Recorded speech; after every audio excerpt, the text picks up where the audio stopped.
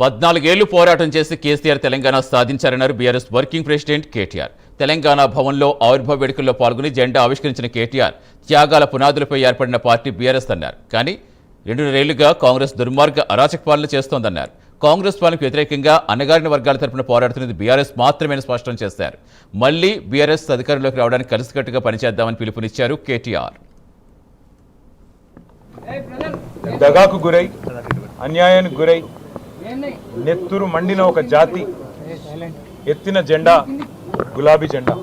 సరిగ్గా 25 సంవత్సరాల కిందట త్యాగాల పునాదుల మీద ఆనాడు తనకు అప్పుడున్న పార్టీ ద్వారా సంక్రమించిన డిప్యూటీ స్పీకర్ పదవికి, శాసన సభ్యత్వానికి, అట్లాగే పార్టీలోని రాష్ట్ర బాధ్యతలకు అన్నిటికీ కూడా గుడ్ బై చెప్పి తెలంగాణ రాష్ట్రం ఏర్పడితేనే ఒక స్వీయ రాజకీయ శక్తిగా తెలంగాణ ప్రజలు ఎదిగితేనే ఈ ప్రాంత సమస్యలకి చరమగీతం పాడొచ్చు, శాశ్వతంగా ఈ ప్రాంతం గతంలో ఏదైతే సిరి సంపదలతో తులతూగిందో అట్లా మళ్ళీ ఉద్భవించవచ్చు అనే ఆలోచనతో పెద్దలు కేసీఆర్ గారు ఆనాడు 25 వసంతాల కిందట పార్టీని ఏర్పాటు చేసి కొండా లక్ష్మణ్ బాపూజీ గారు ఇచ్చిన ఆశ్రయం జలదృశ్యంలో జెండా ఎత్తిన విషయం మీకు తెలుసు. మరి 25 సంవత్సరాల్లో ఒక అరుదైన చరిత్ర కలిగిన పార్టీ బీఆర్ఎస్ పార్టీ.